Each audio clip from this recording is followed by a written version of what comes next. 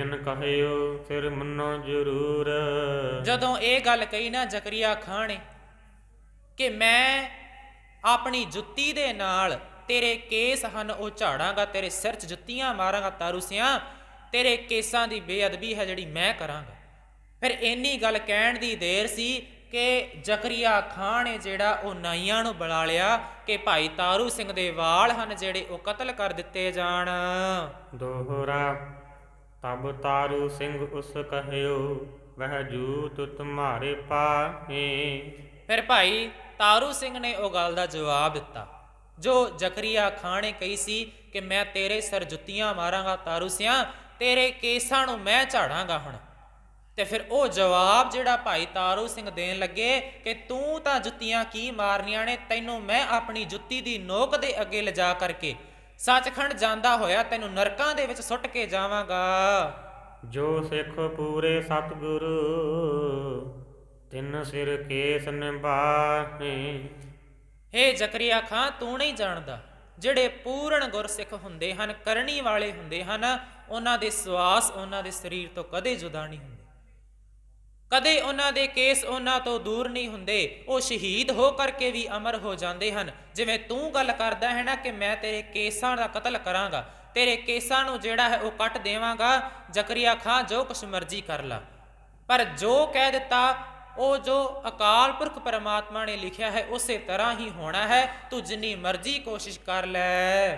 ਚੌਪਈ ਤਬ ਨਵਾਬ ਨੇ ਨਊਏ ਲਗਾਏ। ਤਾਂ ਫਿਰ ਜ਼ਕਰੀਏ ਖਾਂ ਨੇ ਜਿਹੜਾ ਹੈ ਜੋ ਪੰਜਾਬ ਦਾ ਲਾਹੌਰ ਦਾ ਸੂਬੇਦਾਰ ਹੈ, ਉਹਨੇ ਫਿਰ ਨਊਏ ਦਾ ਭਾਵ ਨਾਈ ਬੁਲਾਏ ਹਨ ਭਾਈ ਸਾਹਿਬ ਭਾਈ ਤਾਰੂ ਸਿੰਘ ਦੇ ਕੇਸਾਂ ਨੂੰ ਕੱਟਣ ਵਾਸਤੇ। ਉਨਕੇ ਸੰਦ ਖੁੰਡੇ ਹੋ ਆਏ। ਹੁਣ ਜਦੋਂ ਉਹ ਆਏ ਹਨ ਨਾਈ, ਭਾਈ ਸਾਹਿਬ ਭਾਈ ਤਾਰੂ ਸਿੰਘ ਨੂੰ ਬਿਠਾ ਲਿਆ ਗਿਆ ਹੈ।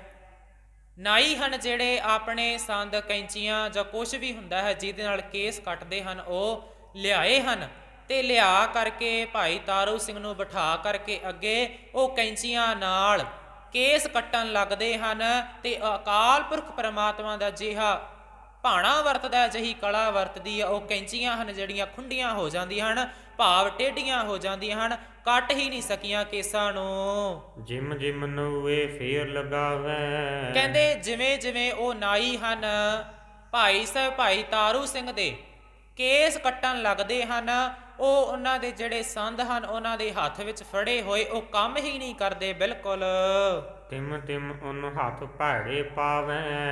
ਜਿਵੇਂ ਜਿਵੇਂ ਉਹ ਕੋਸ਼ਿਸ਼ ਕਰਦੇ ਹਨ, ਕਿਉਂਕਿ ਹੁਣ ਸੂਬੇ ਦਾ ਹੁਕਮ ਹੈ, ਜ਼ਕਰੀਆ ਖਾਂ ਦਾ ਹੁਕਮ ਹੈ ਕਿ ਇਸ ਤਾਰੂ ਸਿੰਘ ਦੇ ਕੇਸ ਕੱਟਣੇ ਨੇ। ਹੁਣ ਉਹਨਾਂ ਨੇ ਹੁਕਮ ਪਾ ਕਰਕੇ ਨਾਈਆਂ ਨੇ ਉਹੀ ਕਰਨਾ ਹੈ ਜੋ ਉਹਨਾਂ ਨੇ ਕਿਹਾ, ਕਿਉਂਕਿ ਉਹਨਾਂ ਨੂੰ ਵੀ ਆਪਣੀ ਜਾਨ ਪਿਆਰੀ ਹੈ। ਉਹ ਕੈਂਚੀਆਂ ਲੈ ਕਰਕੇ ਜਿਹੜਾ ਭਾਈ ਤਾਰੂ ਸਿੰਘ ਦੇ ਕੇਸ ਕੱਟਣ ਲੱਗਦੇ ਹਨ, ਪਰ ਕੈਂਚੀਆਂ ਦੇ ਮੂੰਹ ਮੁੜ ਜਾਂਦੇ ਹਨ, ਕੱਟੇ ਨਹੀਂ ਜਾਂਦੇ ਕੇਸ। ਤੇ ਬਾਅਦ ਵਿੱਚ ਕੀ ਹੁੰਦਾ ਹੈ, ਜਿੰਨੀ ਵਾਰ ਉਹ ਕੈਂਚੀ ਲੈ ਕਰਕੇ ਭਾਈ ਤਾਰੂ ਸਿੰਘ ਦੇ ਕੇਸ ਕੱਟਣ ਲੱਗਦੇ ਹਨ, ਉਹਨਾਂ ਦੇ ਹੱਥ ਹਨ ਜਿਹੜੇ ਕੰਮ ਹੀ ਨਹੀਂ ਕਰਦੇ। ਜਿਮ ਜਿਮ ਨਊਅਨ ਨਵਾਬ ਡਰਾਵੇ। ਕਹਿੰਦੇ ਜਿਵੇਂ ਜਿਵੇਂ ਅੱਗੇ ਹੋ ਕਰਕੇ ਕੱਟਣ ਦੀ ਕੋਸ਼ਿਸ਼ ਕਰਦੇ ਹਨ, ਹੱਥ ਕੰਬਦੇ ਹਨ ਉਹਨਾਂ ਦੇ, ਕੁਛ ਨਜ਼ਰ ਹੀ ਨਹੀਂ ਆਉਂਦਾ। ਜਿਹੜਾ ਅਕਾਲ ਪੁਰਖ ਪਰਮਾਤਮਾ ਨੇ ਭਾਣਾ ਵਰਤਾਉਣਾ ਸੀ ਉਹ ਵਰਤਾ ਰਹੇ ਹਨ, ਆਪਣੇ ਗੁਰਸਿੱਖ ਦੀ ਲਾਜ ਹੈ ਜਿਹੜੀ ਰੱਖਦੇ ਪਏ ਹਨ। ਕਿਉਂਕਿ ਜਦੋਂ ਭਾਈ ਤਾਰੂ ਸਿੰਘ ਨੂੰ ਗ੍ਰਿਫਤਾਰ ਕਰਕੇ ਲਿਆਂਦਾ ਜਾ ਰਿਹਾ ਸੀ, ਪੜਾਣੇ ਦੀ ਸੰਗਤ ਨੇ ਜਿਹੜਾ ਹੈ, ਪੜਾਣੇ ਨਗਰ ਦੀ ਸੰਗਤ ਨੇ ਰੋਕਣ ਦੀ ਕੋਸ਼ਿਸ਼ ਕੀਤੀ, ਪਰ ਭਾਈ ਤਾਰੂ ਸਿੰਘ ਨੇ ਇੱਕੋ ਗੱਲ ਕਹੀ ਕਿ ਅਸੀਂ ਲਾਹੌਰ ਜਾ ਕਰਕੇ ਸ਼ਹੀਦੀ ਜਾਮ ਪੀਣਾ ਹੈ, ਸਾਨੂੰ ਰੋਕਿਆ ਨਾ ਜਾਵੇ। ਅਸੀਂ ਉੱਥੇ ਜਾ ਕਰਕੇ ਆਪਣੇ ਦੇਹ ਦਾ ਠੀਕਰਾ ਹੈ ਜਿਹੜਾ ਜ਼ਕਰੀਆ ਖਾਂ ਦੇ ਸਿਰ ਭੰਨਣਾ ਹੈ, ਅਸੀਂ ਜਿਹੜਾ ਲਾਹੌਰ ਜਾਣਾ ਹੈ, ਸਾਨੂੰ ਰੋਕਿਆ ਨਾ ਜਾਵੇ।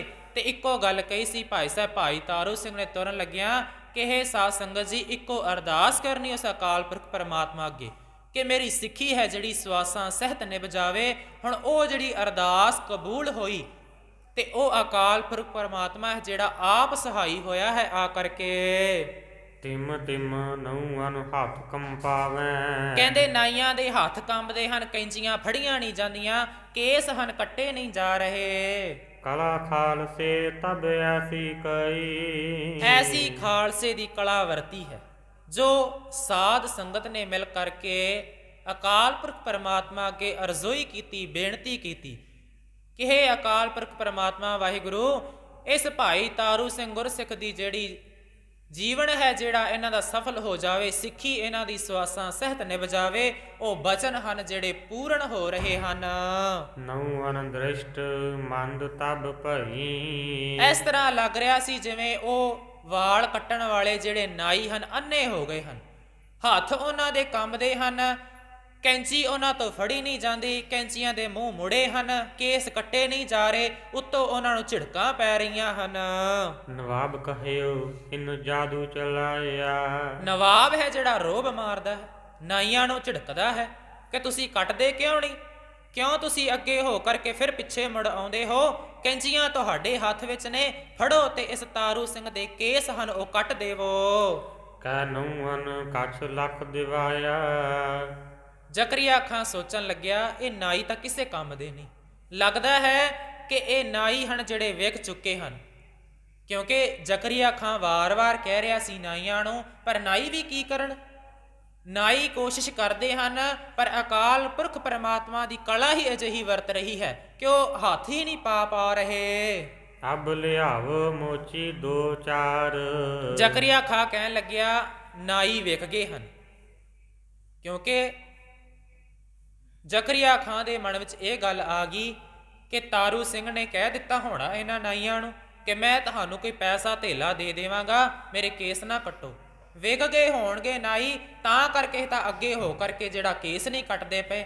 ਫਿਰ ਜ਼ਕਰੀਆ ਖਾਂ ਨੇ ਕਿਹਾ ਕਿ ਇਹ ਨਾਈ ਕਿਸੇ ਕੰਮ ਦੇ ਨਹੀਂ ਹਨ, ਹੁਣ ਜਿਹੜੇ ਉਹਨਾਂ ਰੰਬੀਆਂ ਲੈ ਕਰਕੇ ਆਓ ਤਾਂ ਜੋ ਭਾਈ ਸਾਹਿਬ ਭਾਈ ਤਾਰੂ ਸਿੰਘ ਦਾ ਜਿਹੜਾ ਹੈ ਉਹ ਖੋਪਰ ਉਤਾਰ ਦਿੱਤਾ ਜਾਵੇ। ਖੋਪਰੀ ਸਾਥ ਦੇਹੁ ਬਾਲ ਉਤਾਰ। ਕਹਿੰਦੇ ਮੋਚੀਆਂ ਨੂੰ ਸੱਦਿਆ ਜਾਵੇ। ਹੁਣ ਮੋਚੀ ਆਉਣਗੇ ਜਿਹੜੇ ਜੁੱਤੀਆਂ ਗੰਢਣ ਵਾਲੇ ਹਨ, ਮੋਚੀ ਆ ਕਰਕੇ ਹੀ ਹੁਣ ਇਸ ਤਾਰੂ ਸਿੰਘ ਦਾ ਖੋਪਰ ਲਾਉਣਗੇ।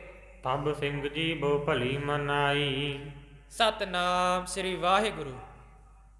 ਭਾਈ ਸਾਹਿਬ ਭਾਈ ਤਾਰੂ ਸਿੰਘ ਨੇ ਸ਼ੁਕਰ ਕੀਤਾ ਉਸ ਅਕਾਲ ਪੁਰਖ ਪਰਮਾਤਮਾ ਦਾ, ਕਿਉਂਕਿ ਪਹਿਲਾਂ ਉਹਨਾਂ ਦੇ ਕੇਸਾਂ ਦੀ ਬੇਅਦਬੀ ਕਰਨ ਲੱਗਿਆ ਸੀ ਜ਼ਕਰੀਆ ਖਾਂ, ਕਤਲ ਕਰਨ ਲੱਗਿਆ ਸੀ ਉਹਨਾਂ ਦੇ ਕੇਸਾਂ ਨੂੰ। ਭਾਈ ਸਾਹਿਬ ਭਾਈ ਤਾਰੂ ਸਿੰਘ ਹਨ, ਜਦੋਂ ਉਹਨਾਂ ਨੇ ਗੱਲ ਸੁਣੀ ਜ਼ਕਰੀਏ ਖਾਂ ਦੀ ਕਿ ਹੁਣ ਮੋਚੀ ਆਉਣਗੇ, ਮੋਚੀ ਆ ਕਰਕੇ ਜਿਹੜਾ ਹੈ ਇਸ ਤਾਰੂ ਸਿੰਘ ਦੀ ਉਹ ਖੋਪਰੀ ਲਾਉਣਗੇ, ਭਾਈ ਤਾਰੂ ਸਿੰਘ ਨੇ ਉਸ ਅਕਾਲ ਪੁਰਖ ਪਰਮਾਤਮਾ ਦਾ ਸ਼ੁਕਰ ਕੀਤਾ ਕਿ ਮੇਰੀ ਹੁਣ ਜਿਹੜੀ ਸਿੱਖੀ ਹੈ ਉਹਦੀ ਲਾਜ ਰਹਿ ਜਾਏਗੀ, ਮੇਰੇ ਕੇਸ ਕੇ ਕਤਲ ਹੋਣੋਂ ਬਚ ਜਾਣਗੇ।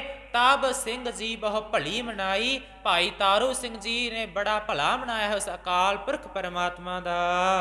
ਸਾਥ ਕੇਸਨ ਕੇ ਖੋਪਰੀ ਜਾਈ। ਸ਼ੁਕਰ ਕਰਦੇ ਹਨ ਪਰਮਾਤਮਾ ਦਾ ਕਿ ਮੇਰੇ ਹੁਣ ਜਿਹੜੇ ਕੇਸ ਹਨ ਮੇਰੀ ਖੋਪਰੀ ਦੇ ਸਮੇਤ ਜਾਣਗੇ, ਮੇਰੇ ਕੇਸਾਂ ਦੀ ਬੇਅਦਬੀ ਨਹੀਂ ਹੋਏਗੀ। ਜਿਹੜਾ ਮੈਂ ਬਚਨ ਕਹਿ ਦਈਏ ਜੋ ਅਕਾਲ ਪੁਰਖ ਪਰਮਾਤਮਾ ਅੱਗੇ ਜੋ ਅਰਜ਼ੋਈ ਕੀਤੀ ਸੀ ਕਿ ਮੇਰੀ ਜਿਹੜੀ ਸਿੱਖੀ ਹੈ ਸਵਾਸਾਂ ਸਹਿਤ ਹੈ ਜਿਹੜੀ ਉਹ ਨਿਭ ਜਾਵੇ, ਤੇ ਹੁਣ ਕੇਸਾਂ ਦੇ ਸਮੇਤ ਨਿਭਣੀ ਹੈ ਉਹ। ਹੁਣ ਮੇਰੀ ਖੋਪਰੀ ਦੇ ਨਾਲ ਮੇਰੇ ਕੇਸ ਵੀ ਜਾਣੇ ਹਨ।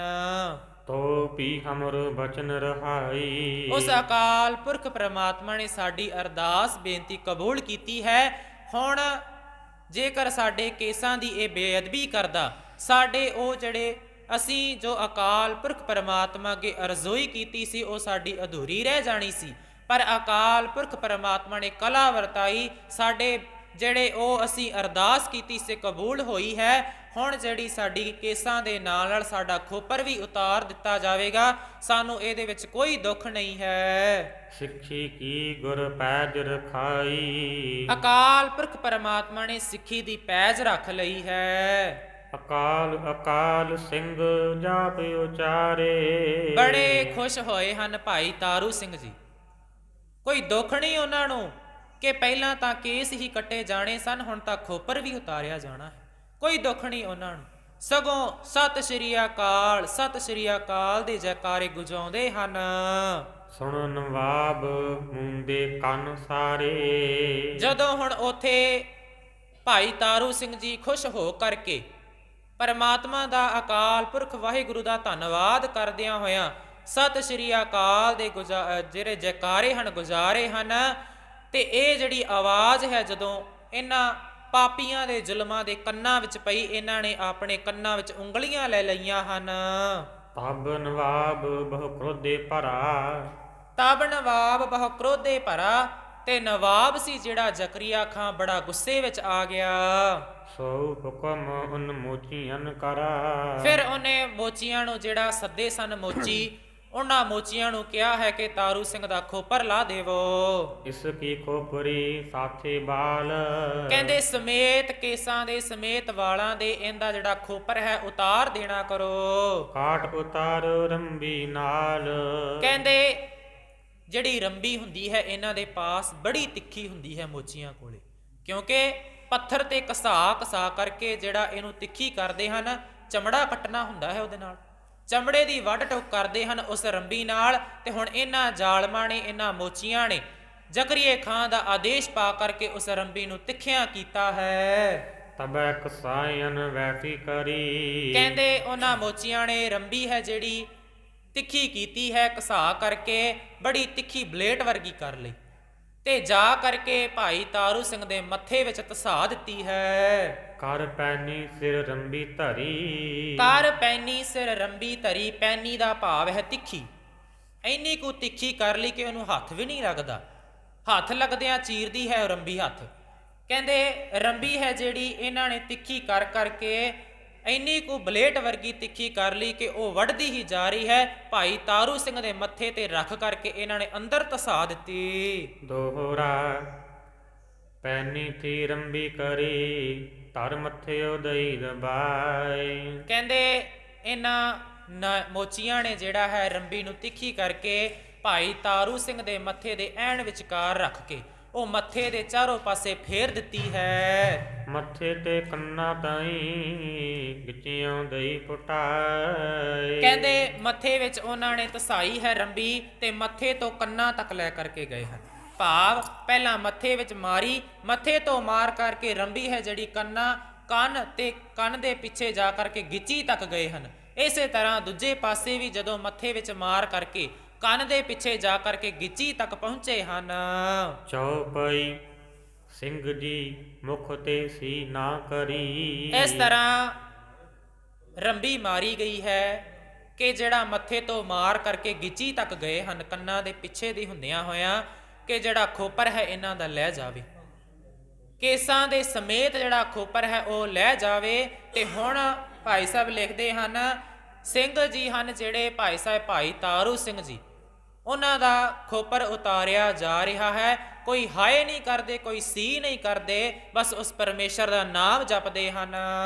ਧੰਨ ਧੰਨ ਗੁਰਮੁਖ ਕਹਿਣੀ ਸਰੀ। ਕਹਿੰਦੇ ਧੰਨ ਹਨ ਭਾਈ ਤਾਰੂ ਸਿੰਘ ਜੀ, ਜਿਨ੍ਹਾਂ ਨੇ ਸੀ ਤੱਕ ਨਹੀਂ ਕੀਤੀ, ਹਾਏ ਤੱਕ ਨਹੀਂ ਕੀਤੀ। ਰੰਬੀ ਨਾਲ ਉਹ ਜ਼ਾਲਮ ਹੈ ਜਿਹੜਾ ਉਹ ਖੋਪਰੀ ਉਤਾਰ ਰਿਹਾ ਹੈ, ਪਰ ਭਾਈ ਸਾਹਿਬ ਭਾਈ ਤਾਰੂ ਸਿੰਘ ਜੀ ਅਡੋਲ ਹੋ ਕਰਕੇ ਜਪਜੀ ਸਾਹਿਬ ਦਾ ਪਾਠ ਪੜ੍ਹੀ ਜਾ ਰਹੇ ਹਨ। ਹਕਾਰੋ ਦੇਖ ਲੋਕ ਬਹੁ ਭਰੇ। ਜਿਹੜੇ ਲੋਕ ਸਨ ਆਸ-ਪਾਸ ਖੜੇ ਹੋਏ, ਜਿਨ੍ਹਾਂ ਨੂੰ ਪਤਾ ਲੱਗਾ ਸੀ ਕਿ ਐਸੇ ਜ਼ਾਲਮ ਜਿਹੜੇ ਹਨ ਉਹ ਜ਼ੁਲਮ ਕਰਦੇ ਪਏ ਹਨ ਭਾਈ ਤਾਰੂ ਸਿੰਘ ਉੱਪਰ, ਉਹ ਵੇਖਣ ਆਏ ਹਨ ਤੇ ਵੇਖ ਕਰਕੇ ਹੈਕਾਰੇ ਰਹਿ ਗਏ ਹਨ, ਭਾਵ ਹੈਰਾਨ ਹੱਕੇ ਬੱਕੇ ਰਹਿ ਗਏ ਹਨ। ਜੋ ਸੋ ਸੁਨੈ ਸੋ ਹੈ ਕਰੇ। ਜਿਹੜਾ ਵੀ ਸੁਣਦਾ ਹੈ, ਜਿਹੜਾ ਵੀ ਦੇਖਦਾ ਹੈ, ਹਾਏ ਹਾਏ ਕਰਦਾ ਹੈ। ਐਡਾ ਵੱਡਾ ਪਾਪ ਕਮਾਇਆ ਇਹਨਾਂ ਪਾਪੀਆਂ ਨੇ। ਜਿਉਂਦੇ ਹੋਏ ਭਾਈ ਤਾਰੂ ਸਿੰਘ ਦਾ ਖੋਪਰ ਉਤਾਰ ਦਿੱਤਾ ਰੰਬੀ ਮਾਰ ਕਰਕੇ, ਜਿਉਂਦਿਆਂ ਦਾ ਹੀ ਖੋਪਰ ਉਤਾਰ ਦਿੱਤਾ। ਇਸ ਤਰ੍ਹਾਂ ਜੋ ਵੀ ਸੁਣਦਾ ਹੈ, ਜਿਹੜਾ ਵੀ ਵੇਖਦਾ ਹੈ, ਆ ਕਰਕੇ ਹਾਹਾਕਾਰ ਮਚਾ ਉੱਠਦਾ ਹੈ। ਲੋਕ ਸਿਆਣੇ ਐਸੇ ਕਹੈ। ਜਿਹੜੇ ਹੁਣ ਉੱਥੇ ਸਿਆਣੇ ਲੋਕ ਆਏ ਸਨ ਵੇਖਣ, ਉਹ ਇਸ ਤਰ੍ਹਾਂ ਕਹਿੰਦੇ ਹਨ, ਪਤਸ਼ਾਹੀ ਇਨ ਕੀ ਨਰ ਹੈ। ਸਿਆਣੇ ਹਨ ਜਿਹੜੇ ਉੱਥੇ ਵੇਖਣ ਆਏ ਬਜ਼ੁਰਗ, ਉਹ ਕਹਿੰਦੇ ਹਨ ਕਿ ਹੁਣ ਇਹਨਾਂ ਪਾਪੀਆਂ ਦਾ ਜਿਹੜਾ ਘੜਾ ਹੈ ਉਹ ਭਰ ਚੁੱਕਿਆ ਹੈ, ਇਹਨਾਂ ਦਾ ਅੰਤਿਮ ਸਮਾਂ ਆ ਗਿਆ। ਬਥੇਰੇ ਪਾਪ ਕਮਾਲੇ ਇਹਨਾਂ ਨੇ, ਹੁਣ ਇਹਨਾਂ ਪਾਪ ਦਾ ਘੜਾ ਭਰ ਗਿਆ ਤੇ ਹੁਣ ਇਹਨਾਂ ਦਾ ਅੰਤ ਸਮਾਂ ਆ ਗਿਆ। ਹੁਣ ਬੇੜਾ ਹੈ ਜਿਹੜਾ ਇਹਨਾਂ ਦਾ ਗਰਕ ਹੋ ਗਿਆ ਹੈ, ਹੁਣ ਇਹਨਾਂ ਦਾ ਅੰਤ ਹੋ ਜਾਵੇਗਾ। 1800 ਉੱਪਰ 2 ਸਾਲ।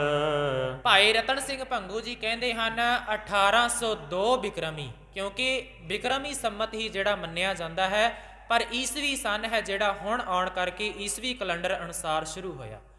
ਭਾਈ ਰਤਨ ਸਿੰਘ ਭੰਗੂ ਜੀ ਜੋ ਗ੍ਰੰਥ ਦੇ ਲਿਖਾਰੀ ਹਨ ਕਹਿੰਦੇ ਹਨ ਕਿ ਇਹ ਜੋ ਵਾਰਤਾ ਹੈ ਜੋ ਸਾਕਾ ਵਾਪਰਿਆ ਭਾਈ ਤਾਰੂ ਸਿੰਘ ਨਾਲ ਜ਼ਕਰੀਆ ਖਾਂ ਨੇ ਜੋ ਕੀਤੀ ਇਹ 1802 ਬਿਕਰਮੀ ਦਾ ਸਮਾਂ ਹੈ। ਸਾਕਾ ਕੀਓ ਤਾਰੂ ਸਿੰਘ ਨਾਲ। ਇਹ ਜੋ ਸਾਖਾ ਹੈ ਜੋ ਜ਼ਕਰੀਆ ਖਾਂ ਨੇ ਭਾਈ ਤਾਰੂ ਸਿੰਘ ਨਾਲ ਕੀਤਾ ਉਹਨਾਂ ਦੇ ਖੋਪਰ ਉਤਾਰ ਦਿੱਤਾ। ਇਹ ਜੋ ਸਮਾਂ ਸੀ 1802 ਬਿਕਰਮੀ ਈਸਵੀ ਸਨ ਹੈ ਜਿਹੜਾ 1745 ਹੈ। 1791 ਸਾਲ। ਭਾਈ ਰਤਨ ਸਿੰਘ ਭੰਗੂ ਜੀ ਕਹਿੰਦੇ ਹਨ ਕਹਿੰਦੇ ਕਿ 1891 ਵਿੱਚ ਮਾਫ ਕਰਨਾ 1791 ਬਿਕਰਮੀ ਵਿੱਚ ਕਹਿੰਦੇ ਅਜਿਹੇ ਹੀ ਗੁਰਸਿੱਖ ਚੜ੍ਹਦੀ ਜਵਾਨੀ ਵਾਲੇ ਹਨ ਜਿਹੜੇ ਇੱਕ ਹੋਰ ਗੁਰਸਿੱਖ ਹੋਏ ਸਨ। ਇਸੇ ਕਹੀ ਦੀ ਹਕੀਕਤ ਨਾਲ। ਕਹਿੰਦੇ ਉਹਨਾਂ ਦਾ ਹਕੀਕਤ ਨਾਮ ਰਾਏ ਨਾਮ ਸੀ ਉਹਨਾਂ ਦਾ ਹਕੀਕਤ ਰਾਏ। ਉਹ ਵੀ ਚੜ੍ਹਦੀ ਜਵਾਨੀ ਵਿੱਚ ਸਨ।